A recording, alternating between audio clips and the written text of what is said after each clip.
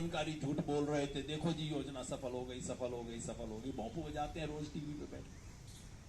इसलिए आज जिस संघर्ष का हम सूत्रपात कर रहे हैं, ये बहुत बड़ा संघर्ष इस इलाके के लिए बहुत महत्वपूर्ण है। और इसलिए मैं बात रखना चाहता हूं क्योंकि यहां जो एक एक साथी बैठा है, उसके मुंह से कम 5-5, 10-10 गांव में ये आवाज पहुंचेगी और समझाना बहुत जरूरी है।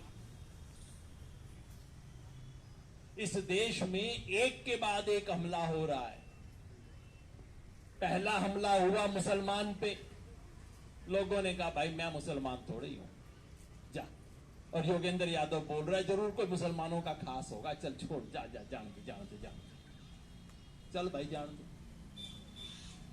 फिर किसान पे हमला,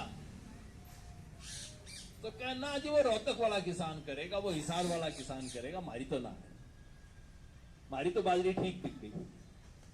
चल भाई, यहां पे होता रहा। आप लोग फिर भी खड़े हुए, हिम्मत से खड़े हुए, आपने टोल प्लाजा बंद किया, बड़ा हिम्मत से संघर्ष किया। लेकिन सच्चाई ये है कि हमारे इलाके का औसत किसान यही सोच के बैठा रहा, भाई दूसरों की जब होगी तो मेरी भी साथ में हो जाएगी, मैं क्यों बाहर आऊं। तो मुसलमान के साथ हुई, हम ना खड़े हुए, किसान के साथ हुई, हम ना खड़े हुए।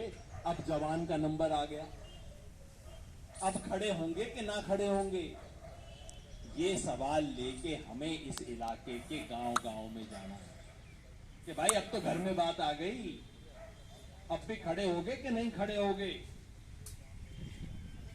हम सब की जिम्मेवारी बनती है एक एक गांव में ये संदेशा पहुंचाना।